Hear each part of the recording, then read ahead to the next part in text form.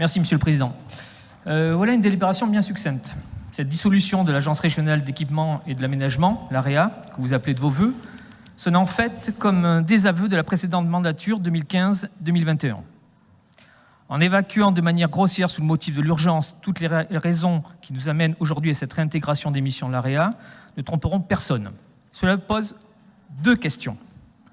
La première, derrière les slogans de campagne et la belle façade de votre bilan, qu'avez-vous fait durant les dernières années sur la question de l'entretien et la rénovation de nos lycées?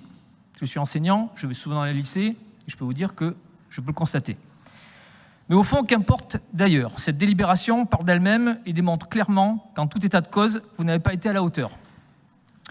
Je ne suis pas le seul à le dire, même la gauche, pourtant devenus vos meilleurs amis de l'entre-deux-tours, avait pointé du doigt l'écart entre la communication et la réalité des actes dans certains établissements scolaires.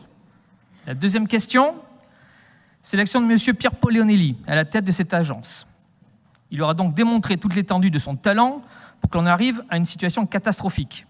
Il laisse à l'AREA un bilan humain et social explosif et surtout des échecs et des ratés conséquents. Le plus emblématique étant cet incroyable imbroglio autour du premier appel d'offres de la Cité scolaire internationale de Marseille.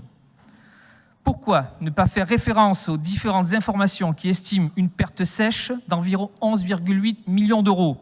Je répète, 11,8 millions d'euros pour la région, causée par les indemnisations des professionnels du BTP pour un chantier qui n'a jamais eu lieu.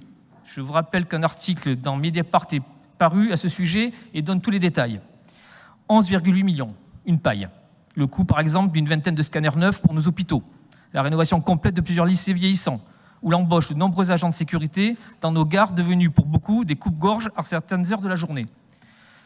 Mais c'est vrai qu'il est plus facile de nous faire des procès d'intention en incompétence ou de nous accuser de façon éhontée d'être des ennemis fantasmés de la République plutôt que de gérer bien l'argent public.